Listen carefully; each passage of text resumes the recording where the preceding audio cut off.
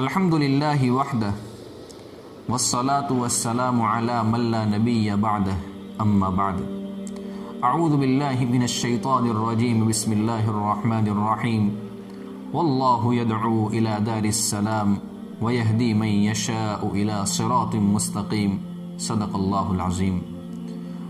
معزز سامعین، ہر بندے کی خواہش ہوتی ہے، ہر بندے کی تمنا ہوتی ہے، ہر بندے کی آرزو ہوتی ہے، ہر بندے کے ارمان ہوتے ہیں کہ اللہ تبارک و تعالی مجھے جنت تو عطا فرمائے لیکن بغیر حساب و کتاب کے عطا فرمائے۔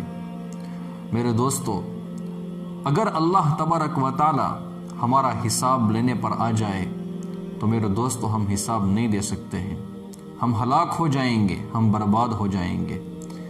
اسی لیے اللہ کے رسول صلی اللہ علیہ وسلم نے امت کو جو دعائیں سکھائی ہے اس میں ایک دعا یہ بھی سکھائی ہے، اللہم حاسبنی حسابا یسیرا۔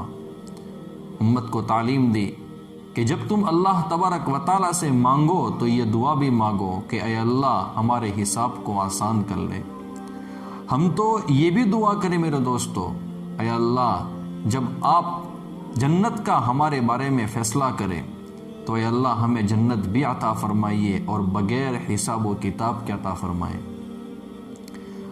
سوال یہ ہوتا ہے کہ جو لوگ بغیر حساب و کتاب کے جنت میں داخل ہوں گے ان کے صفات کیا ہیں؟ اللہ کے رسول صلی اللہ علیہ وسلم کی احادیث میں ہمیں وہ صفات بھی نظر آتے ہیں۔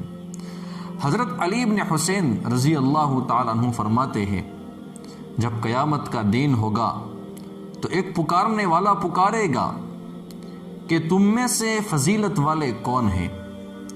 تو انسانوں میں سے کچھ لوگ کھڑے ہوں گے، ان سے کہا جائے گا کہ جنت کی طرف چلو، پھر ان کی ملاقات فرشتوں سے ہوگی تو وہ کہیں گے، فرشتے کہیں گے کہ تم کہاں جا رہے ہو؟ تو یہ حضرات جواب دیں گے کہ ہم جنت کی طرف جا رہے ہیں۔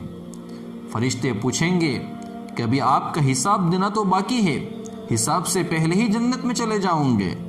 تو وہ کہیں گے ہاں ہم حساب سے پہلے ہی جنت میں چلے جائیں گے۔ وہ پوچھیں گے کہ تم کون ہو؟ وہ کہیں گے کہ ہم فضیلت والے ہیں۔ فرشتے کہیں گے کہ تمہاری فضیلت کون سی ہے؟ وہ جواب دیں گے، سنیے اللہ تبارک و تعالی ہمیں اس پر عمل کرنے کی توفیق عطا فرمائے۔ وہ کیا کہیں گے؟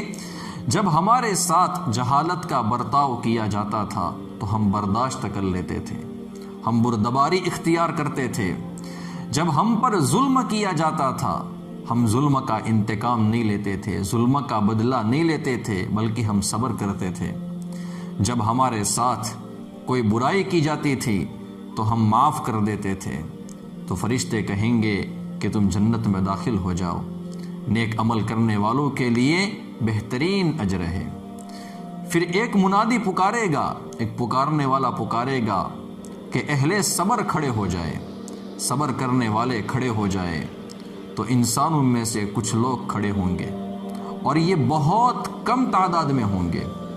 ان کا حکم ہوگا کہ تم بھی جنت کی طرف چلے جاؤ، تو ان کو بھی فرشتے ملیں گے اور ان سے بھی ایسا ہی سوال کیا جائے گا۔ تو وہ کہیں گے کہ ہم تو اہل صبر ہے، ہم صبر کرنے والے ہیں۔ وہ پوچھیں گے کہ تمہارا صبر کیا تھا؟ سنیے اللہ کے رسول صلی اللہ علیہ وسلم کی احادیث میں اور اس حدیث مبارکہ میں یہ بات ایسے ہی نہیں ملتی ہے کہ وہ صبر کرنے والے بہت تھوڑے ہوں گے۔ کس بات پر صبر کرنا تھا؟ وہ کہیں گے کہ ہم نے اللہ کی فرما برداری میں اپنے نفسوں کو حرام خواہشات سے بچایا تھا، ہم نے اللہ کی نافرمانیوں سے اس کو باز رکھا تھا، نفس کو بچایا تھا۔ وہ فرشتے کہیں گے کہ تم بھی جنت میں داخل ہو جاؤ، نیک عمل کرنے والوں کے لیے بہترین اجر ہے۔ حضور صلی اللہ علیہ وسلم فرماتے ہیں، اللہ کے نبی نے فرمایا، ایک پکارنے والا پکارے گا کہ اب اللہ کے پڑوسی کھڑے ہو جائیں۔ تو انسانوں میں سے کچھ لوگ کھڑے ہوں گے اور یہ بھی بہت کم ہوں گے۔ ان کو بھی حکم ہوگا کہ جنت کی طرف چلے جاؤ، تو ان سے بھی فرشتے سوال کریں گے، ان کو بھی فرشتے ملیں گے۔ تو یہ جواب دیں گے، یہ کہیں گے، بلکہ فرشتے ان سے پوچھیں گے کہ تم کس عمل کی وجہ سے، کس عمل سے اللہ تبارک و تعالیٰ کے اس گھر میں تم اللہ کے پڑوسی بن گئے ہو؟ تو وہ کیا جواب دیں گے؟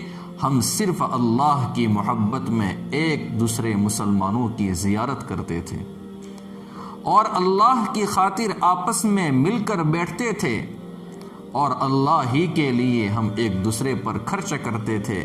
فرشتے کہیں گے تم بھی جنت میں داخل ہو جاؤ، نیک عمل کرنے والوں کے لیے بہترین اجر ہے۔ یہ روایت میرے دوستوں ملتے ہیں، اللہ کرے کہ یہ صفات ہمارے اندر پیدا ہو جائے۔ یہ روایت تذکرۃ القرطبی میں موجود ہے۔ اللہ تبارک و تعالی ہم سب کو ان باتوں کے اوپر عمل کرنے کی توفیق عطا فرمائے۔ اللہ مجھے، آپ کو اور پوری امت کو اور تمام لوگوں کو، ہمارے والدین کو بغیر حساب و کتاب جنت میں داخلہ نصیب فرمائے۔